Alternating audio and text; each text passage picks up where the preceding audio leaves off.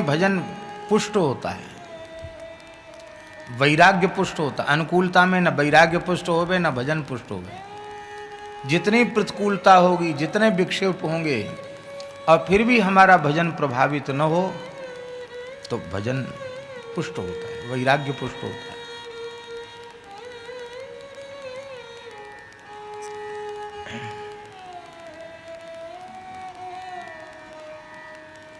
पहले महात्माओं की जमात चलती थी। पहले साधु लोग एक जगह नहीं रहते थे। आज से 60-70 साल पहले तक, देश जब तक स्वतंत्र नहीं हुआ था उसके पहले तक पूरे देश में संतों की जमातें ही ज़्यादा घूमती थी। और जमात घूमने में भी कोई नियम नहीं था कि यहाँ से जाएंगे वहाँ जाएंगे, अमुक शहर में अमुक गांव में। वो चलते थे, चलते चले गए। जहाँ चातुर्मास्य का समय आ गया वहाँ ठहर गए, 4 महीना वहीं रुक गए। वहीं अब जहाँ 4 महीना संत रुक गए वहाँ का पूरा क्षेत्र भक्त हो जाता था, क्योंकि 4 महीना कथा कीर्तन, ठाकुर जी की आरती, सेवा, पूजा, साधु भजन ध्यान कर रहे हैं, तप त्याग में लगे हुए हैं, साधना में लगे हुए हैं। देख करके लोगों को बहुत लाभ मिलता था।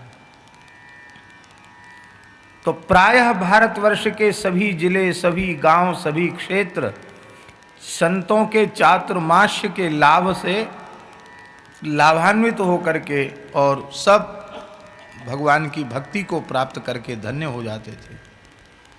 अब वो सब बंद हो गया। तो हमारे महाराज जी सुनाते थे, पहाड़ी बाबा महाराज, कि जमात घूमते थे और जमात में घूमने वाले कोई साधु माना जाता था। एक जगह रहने वाले को साधु नहीं मानते थे कि देशकाली नहीं है, खड़िया है। टकसाली उसी को माना जाता था जमात में घूमता था। क्यों?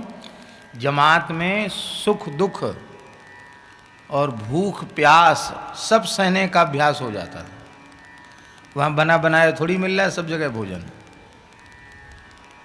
चल रहे हैं तो चल ही रहे हैं, जहाँ ठहर गए वहाँ ठहर गए। अब जमात पड़ गई, राशन पानी नहीं है तो जाओ गांव से मांग के लाओ चुटकी आटा, लकड़ी कंडा बीन के लाओ, फिर बनाओ, फिर भोग लगेगा तब पाएंगे। तो न बाल भोग का ठिकाना, न ब्यारू का ठिकाना, 24 घंटे में एक समय अपने आप भोजन हो गया। ऐसे चलते थे साधु। और कहीं घी घना, कभी मुट्ठी चना, कभी वो भी मना। अच्छे क्षेत्र में पहुंच गए तो घी घना, भंडारे शुरू हो गए तो बढ़िया पंगत हो गई।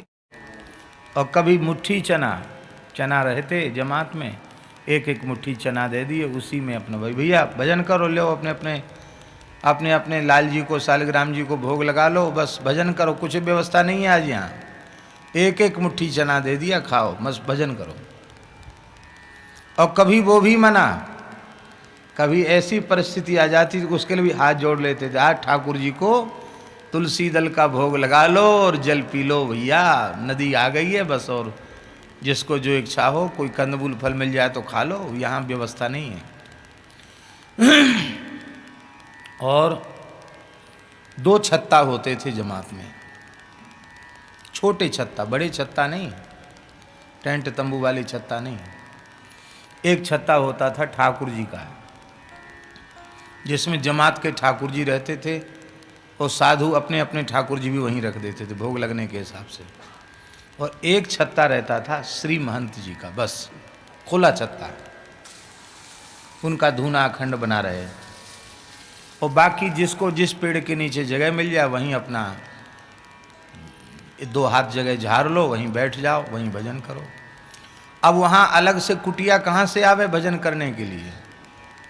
तो साधु कैसे माला फेरते, गमछा अपने मुंह पे डाल लिया, कपड़ा डाल लिया और पैरों के नीचे ऐसे दबा लिया उसको, बन गया कमरा, एकदम कोठरी बन गई।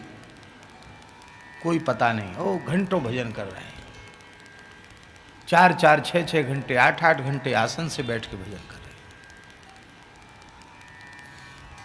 रहे हैं। अब एक तो भजन कर रहा है और दूसरा जोर जोर से रामचरितमानस का पाठ कर रहा है, तीसरा अपने झोली से झाल निकाल करके हरे कृष्ण कृष्ण कृष्ण वो कीर्तन कर रहा है,